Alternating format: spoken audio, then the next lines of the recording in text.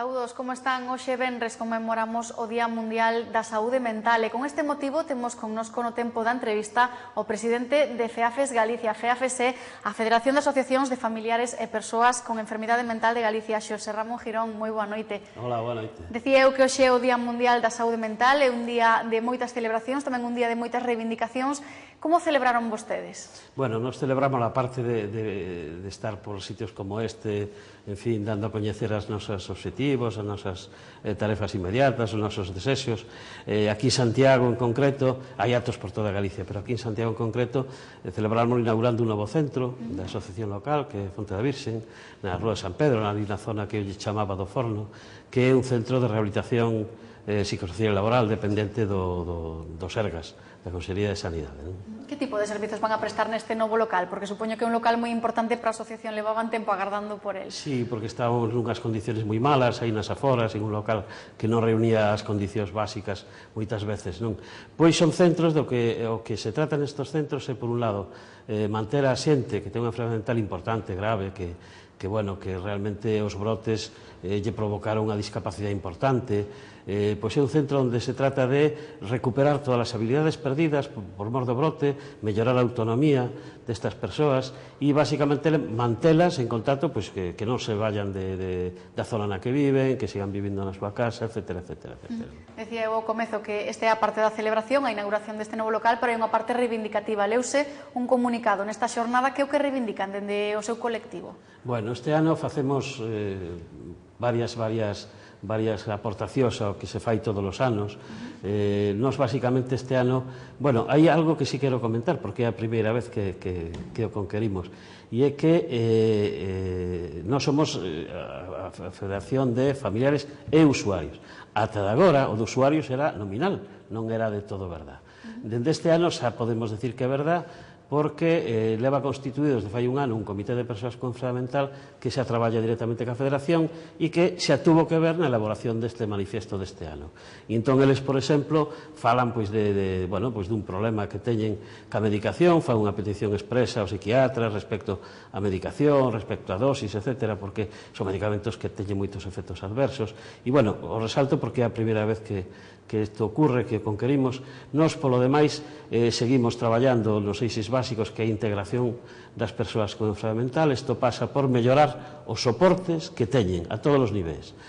Son persoas que necesitan todo tipo de axudas, todo tipo de servicios, non só a rehabilitación no momento que é necesario, necesitan traballar, necesitan unha vivenda, necesitan recuperar os tramos educativos perdidos, en fin, necesitan ser persoas outra vez, recuperar a ciudadanía, normalizar a súa vida, integrarse social e laboralmente, e todas as reivindicacións van encaminhadas a conquerir este tipo de metas, que son, en realidad, pois polo que nós estamos aquí, non?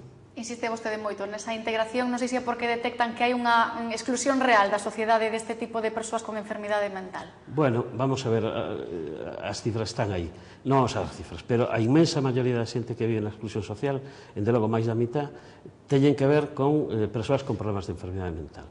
A enfermidade mental é unha das vías máis rápidas para chegar á exclusión social.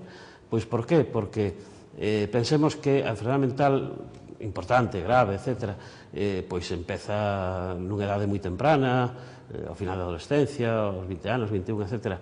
E entón eso provoca unha rotura do desenrolo vital dunha persoa e normalmente pois perde o tramo educativo, non vai a topar traballo, etc. Por lo tanto, vai ser unha persoa que, vai ser pobre, porque vai ter acceso solamente a unha prestación de tipo risga, que en este momento son 340, 48 euros, e, por lo tanto, é un tobogán directo á exclusión social se non hai os apoios necesarios para evitar isto, non? Hai que pensar que a enfermedade mental provoca, ademais, que sexa moi complicado atopar traballo, decir, se na población xeral o paro é o que é, na población de persoas con enfermedade mental o paro chega ao 90% ou algo máis, probablemente. Decir, a exclusión social está aí sempre como risco, non? No eido desa exclusión tamén laboral, dende FEAFE constanos que traballan con programas específicos para a incorporación de persoas, non? Sí, temos un servicio de emprego específico para persoas con enfermedade mental que traballa co Servicio de Emprego Público da Xunta de Galicia. E, pois o ano pasado pasaron polo Servicio de Emprego algo máis de 2.000 persoas e conseguiron 200 insercións laborales. Bueno, nos tempos que corren, ollo, tampouco, en fin, o que hai é o que hai, mini jobs, mini lo que sea, non? Este tipo de situacións. Hai algún contrato que se leva máis dun ano, daqueles do ano pasado, etc. Pois por qué? Porque nós estamos absolutamente convencidos, totalmente convencidos, que a inserción laboral é a mellor ferramenta que ten unha persoa con enfermidade mental para normalizar a súa vida. E lle damos unha importancia estratégica absoluta a este tema, non? De feito, temos, bueno, pois, en este momento, pois, oficinas en todas as principales cidades de Galicia, nas capitais e en Santiago, e, bueno, pois, non facemos máis porque non temos financiación para facer máis, non?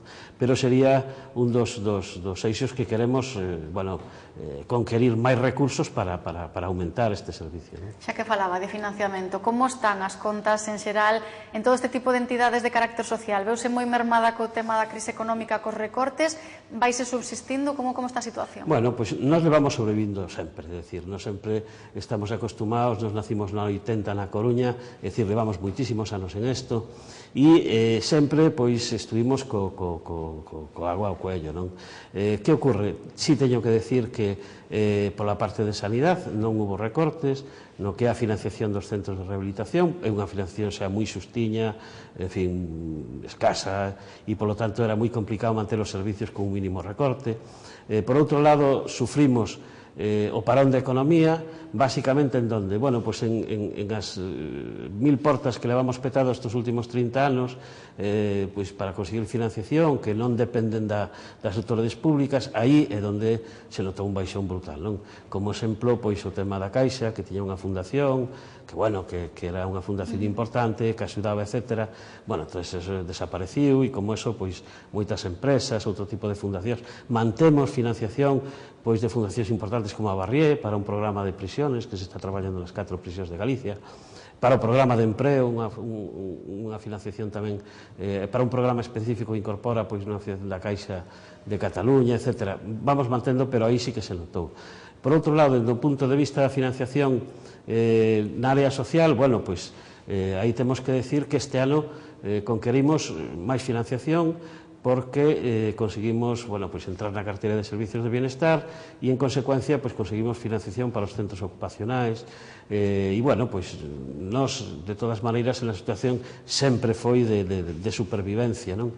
E certo que sacamos petróleo de cada euro, porque senón é imposible manter todo isto cos cartos que temos, non?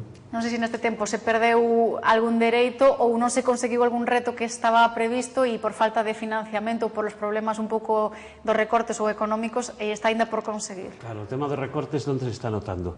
No tema asistencial, é dicir, no tema sanitario, sí, por qué? Porque disminúe algo o número de psiquiatras, disminúe o número de profesionais polo tema das jubilacións e, sobre todo, que é importante, a carga que teñen estes profesionales aumentou ca crise, non?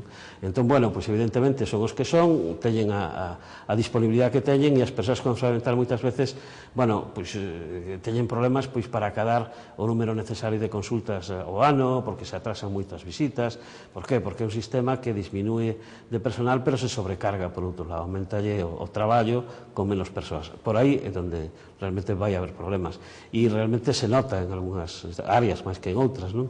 E pensamos que, bueno, que esperemos, nos o que lle dicimos sempre é que, bueno, que os recortes non houberan vido para quedarse, estamos á espera de que arranque de nova situación e ver o que pasa, non? Pedides máis atención aos usuarios, pero tamén pedides máis atención para os familiares, non? Máis axudas para a xente que está axudando a esas persoas enfermas. Mira, hai algo que é básico e que, bueno, polo que sea, está aí de sempre e nunca acabamos de movelo.